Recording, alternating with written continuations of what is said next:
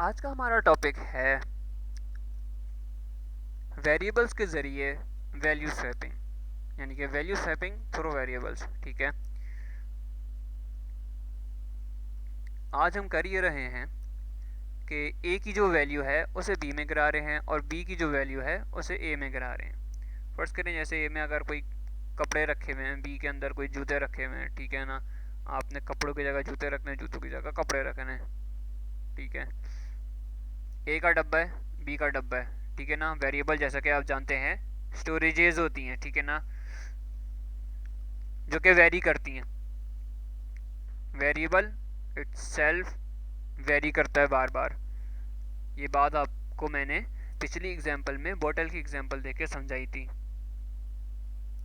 जो current value उस डब्बे के अंदर, जो भी करंट चीज़ उस डब्बे के अंदर आप डालेंगे वो उसकी करंट वैल्यू होगी, ना कि पिछली वाली। ठीक है, सही है। एक डब्बा है, उसके अंदर एक ऑब्जेक्ट है, एक कोई भी चीज़ डली हुई है, और दूसरा डब्बा है बी, उसके अंदर एक और चीज़ डली हुई है। हमें ए की वैल्यू को बी में डालना है, बी की वैल्यू को ए में डालना है। हम करेंगे क्या, हम ये करेंगे कि सबसे पहले ए की जो वैल्यू है उसको टेम्प्रेरी स्टोरेज बनाएंगे, एक अलग से जगह बनाएंगे। उसके अंदर हम सबसे पहले ए की वैल्यू को डालेंगे।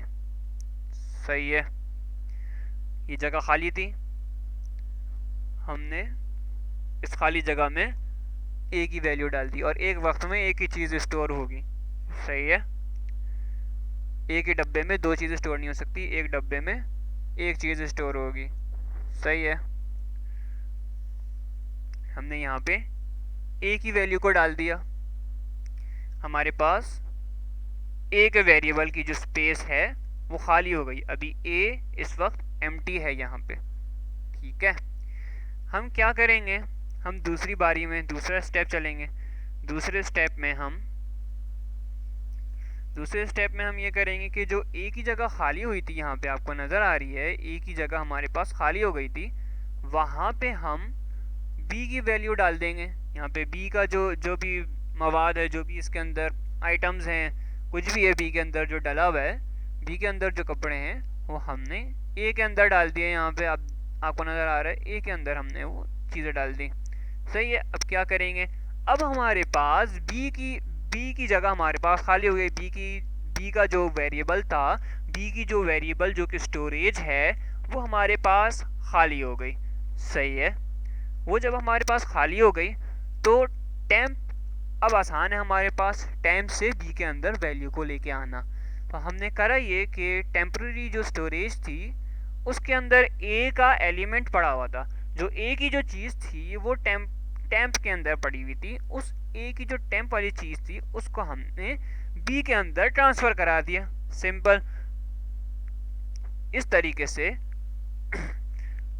बी की वैल्यू ए के अंदर गिर गई और ए की वैल्यू बी के अंदर गिर गई। बिल्कुल यही चीज़ आपके पास एरेज के अंदर भी होती है। एरेज हो गए, और कई सॉफ्टवेयर डेवलपमेंट में, एंड्रॉयड डेवलपमेंट में इस चीज़ का बहुत ज़्यादा इस्तेमाल होता है। तमाम चीज़ों का बहुत ज़्यादा इस्तेमाल होता है, वैल्यू स्वैपिंग, एरे स्वैपिंग। और स्वैपिंग का दरअसल बहुत ज़्यादा इस्तेमाल होता है डेवलपमेंट के अंदर। ये छोटी चीज़ें नहीं हैं, इंटरव्यूज़ में भी पूछी जाती हैं, आपके पास पेपर्स में भी पूछी जाती हैं ये चीज़ें। और जैसे क्विज़ेस हो गए, जैसे आपने किसी जॉब के लिए अप्लाई करा, जॉब इंटरव्यू का अगर कोई टेस्ट होता है उसके अंदर भी स्वैपिंग से रिलेटेड बहुत सारी प्रॉब्लम्स आपके पास आएंगी। जैसे कि आपके पास एक कैन है और दो कैन हैं, उन दोनों के कैन के जो आइटम्स हैं उसके अंदर जो ड्रिंक्स हैं उनकी ड्रिंक्स को स्वैप करना है आपस में। इस तरीके के सवाल भी आते हैं आपके पास। तो सेम यही लॉजिक लग रही होती है, ना इससे ज़्यादा लग रही होती है ना इससे कम। हाँ, इससे टेम्प्रोरी स्टोरेज के बगैर भी आपके पास स्वैप हो सकता है, वो अलग बात है, वो उसको किसी और दिन देखेंगे। आज का टॉपिक इतना ही था। ओके, अल्लाह हाफिज़।